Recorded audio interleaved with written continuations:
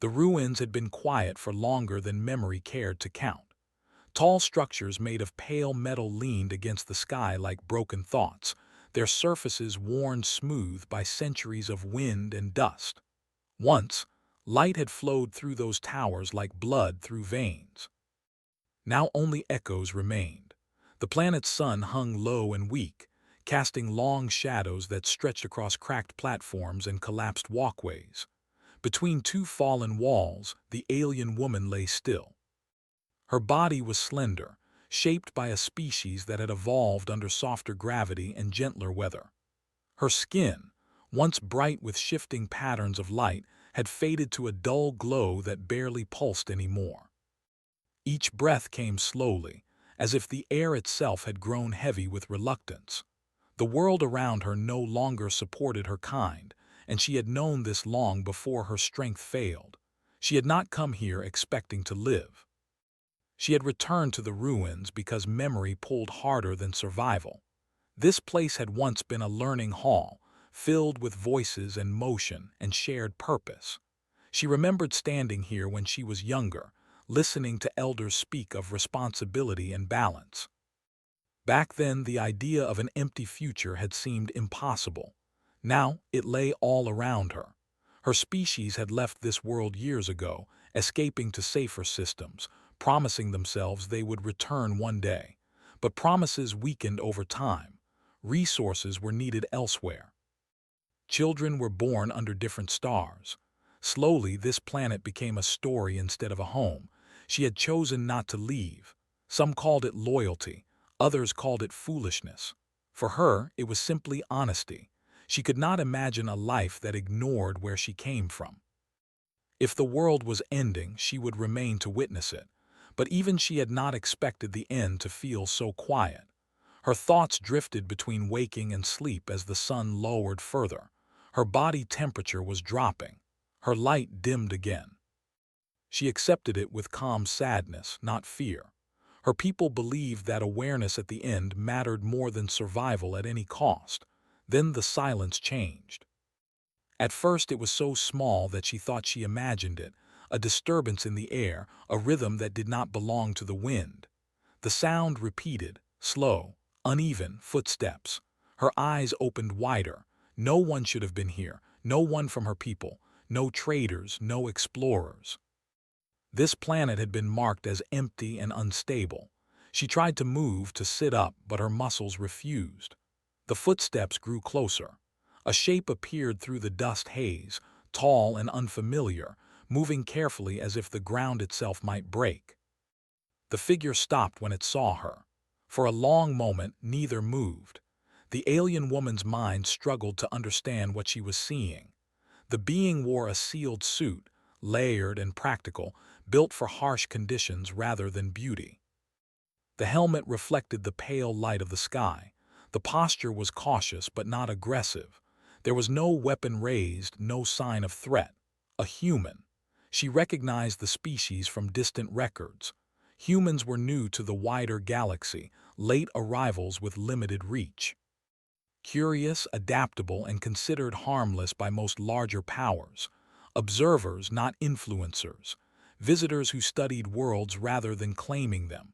Still, they were not supposed to be here.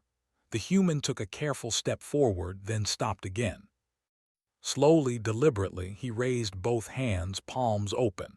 It was a gesture meant to show peace, she realized, though she did not know how he could be sure she would understand. Then he did something unexpected. He removed his helmet. The air was thin and dangerous for his kind, but he exposed himself anyway. His face was marked by exhaustion and dust. His eyes widened slightly when he saw the state she was in. There was no excitement in his expression, no triumph at discovery, only concern, raw and unhidden. He spoke. She did not understand the words, but the tone carried meaning. Soft, careful, almost apologetic, as if he were intruding on something sacred. The human knelt beside her. He examined her condition with quick glances, respectful of distance. From his pack he removed a small container of water. He hesitated before opening it, then paused entirely, studying her biology. His brow tightened as he realized the liquid might harm her. Instead of giving up, he adjusted. He connected the container to a portable analyzer, waiting as it processed the data. Minutes passed. The alien woman's vision blurred, but she remained awake, watching him work. No one had ever taken this much care with her survival before, not even her own people who had accepted loss as inevitable. At last, the human made a small change, adding a filter, modifying the chemical balance. He tested it again. Then slowly, he offered the container to her. She did not have the strength to lift her arm. The human noticed immediately. Gently, he supported her, careful not to apply pressure where her body was weakest.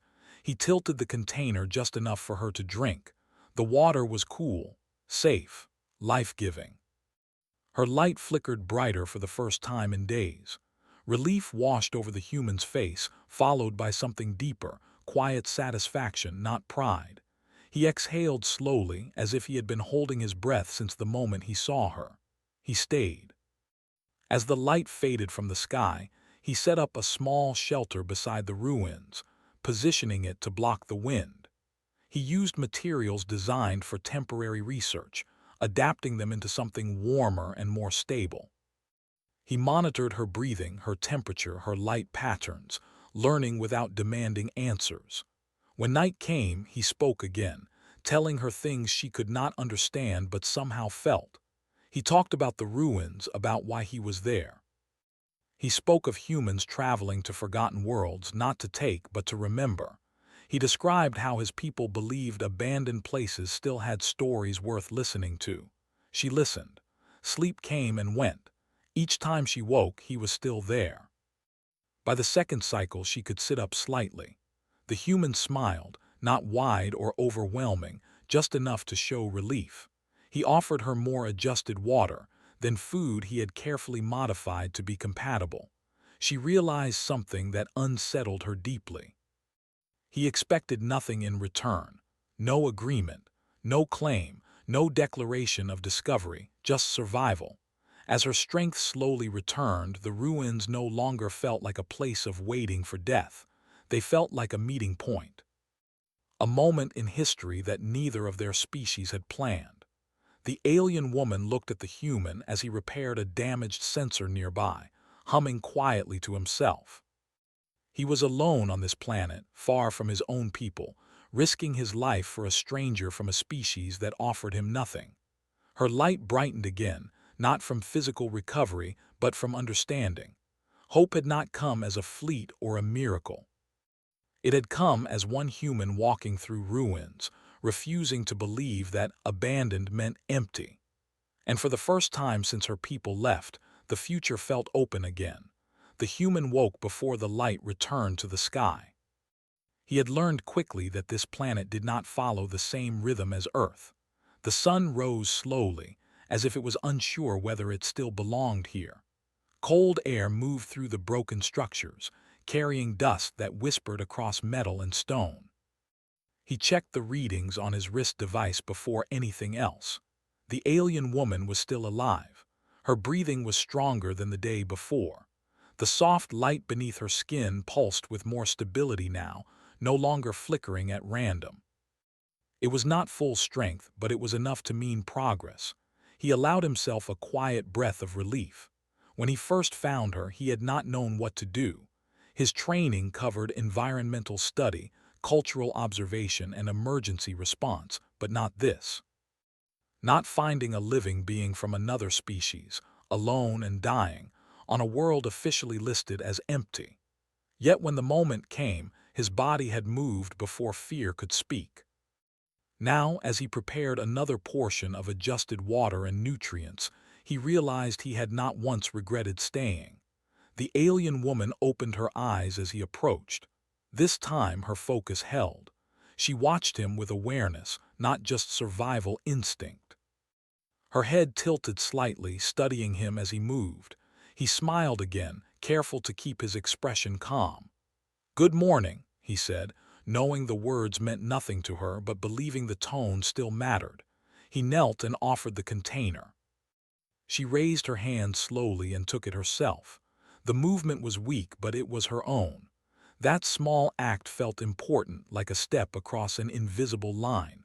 As she drank, her light patterns shifted subtly. He noticed it was not random. The glow followed a rhythm, almost like a response. Communication, he thought, or the beginning of it. Later, while she rested, he worked. The ruins were unstable, but not beyond hope.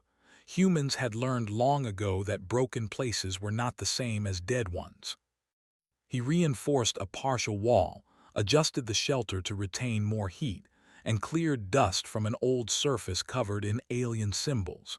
He recorded everything, but not for claim or fame. His reports would be careful, respectful. First contact was not something to rush.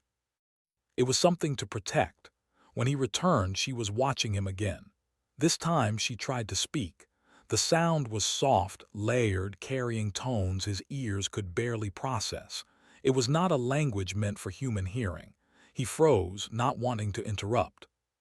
She stopped, her light dimming slightly as if disappointed. "I'm sorry," he said gently. "I don't understand yet." He pointed to himself. "Human." Then he gestured toward her, leaving space. She hesitated. Slowly, her light brightened in a specific pattern, steady and clear. She repeated the sound again, carefully. He recorded it. He repeated it back as best he could. The result was imperfect, rough, but recognizable. Her light flared brighter. That reaction told him everything. Humans had always believed that effort mattered more than accuracy. Now he saw that belief reflected back at him through alien light. The days passed this way. He brought supplies from his ship, making short trips and returning quickly. He explained what he was doing even though she could not yet understand the words. He believed explanation was a form of respect. She listened. She learned his habits, his rhythms. He learned hers. When she was tired, her light softened. When she was thinking, it sharpened into defined lines. When she was calm, it flowed evenly like water. One day she gestured toward the ruins. Her hand moved slowly, tracing a shape in the air. Then she pointed to a fallen structure nearby, one with cracked columns and exposed inner halls. Memory. He followed her gaze. "This place mattered," he said quietly. She closed her eyes. Her light dimmed, then formed a pattern that repeated again and again. Loss, absence, time. He sat beside her, not touching, just present.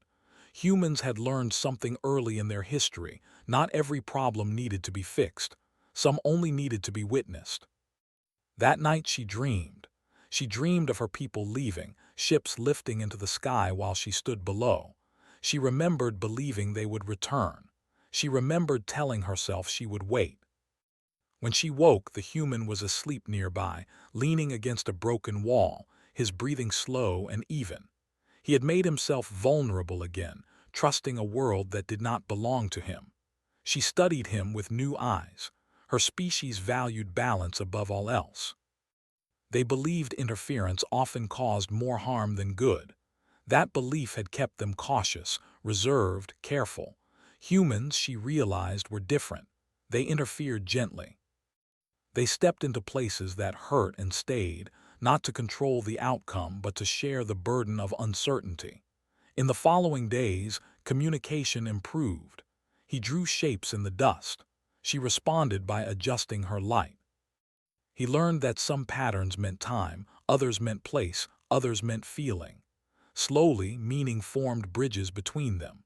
She learned that humans used sound to carry thought, that their words could be soft or sharp, careful or careless. She learned that this human chose softness deliberately. One evening she asked him a question in the only way she could. She pointed to the sky, then to him, then to the ruins. "Why are you here?" He understood enough to answer. "My people study places like this," he said slowly, accompanying his words with gestures. "Worlds that failed, not to judge, to learn." He touched the ground. "So we don't repeat it." She processed this in silence. Her people had fled collapse. Humans walked toward it. Not to claim superiority, but to understand consequence. The idea unsettled her, then settled deep within her. Another cycle passed. Her strength continued to return. She could stand now, leaning slightly on a support he had built. When she walked, it was slow but steady. She looked out across the ruins and felt something unexpected. Not grief alone, possibility. When his ship sent a status signal, he frowned. He had delayed responding, prioritizing her condition. Now the automated systems requested confirmation. She noticed the change in his expression. Leaving, she thought. Her light dimmed sharply. He noticed immediately. "I'm not going yet," he said, though he knew she did not understand the words. He touched his chest, then gestured between them, then shook his head. "Not now." She relaxed slightly, but the fear remained. She had waited alone for so long. Hope had arrived quietly. The thought of losing it frightened her more than death ever had. That night she made a decision. She shared more. She guided him through memories using light and motion, showing him her people's history, their rise, their careful choices, their slow decline. She showed him the moment they decided to leave, believing it was the most balanced option. He watched, humbled. Humans had failed many times in their history, but they had learned to stay with failure, to examine it, to rebuild within it. Seeing another species choose departure instead of endurance made him understand how different their philosophies truly were. Neither was wrong. But together they formed something new. When the story ended, her light faded, exhausted. He bowed his head slightly, a human gesture of respect. "Thank you," he said. She did not know the word, but she felt the meaning. The ruins stood silent around them, but the silence was no longer empty. It was filled with shared understanding, fragile and powerful. Something had begun here, not an alliance, not a rescue, a connection. And neither of them yet understood how far it would reach. The signal from the human ship returned at dawn. It was not urgent, but it was firm. Automated systems were patient, but not endless. The human read the message in silence, his face calm, his thoughts heavy. Supplies were stable, power was stable. Protocol suggested return and report. Protocol did not include her. He looked up from the device and saw the alien woman standing near the edge of the ruins, watching the sky. Her posture was steadier now. Her light was brighter, more controlled.